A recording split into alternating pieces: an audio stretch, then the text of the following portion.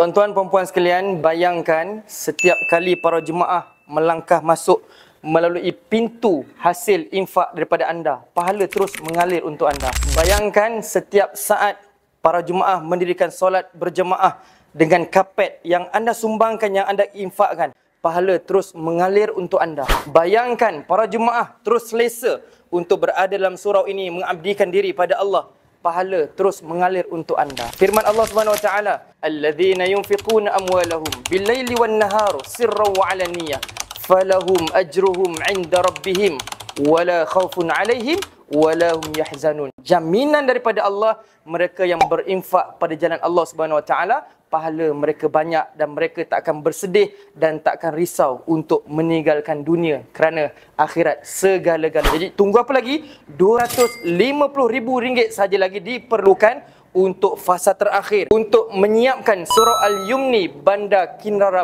Puchong. Jadi ayo klik link yang kami segerakan untuk menyahut seruan daripada Allah demi saham akhirat kita.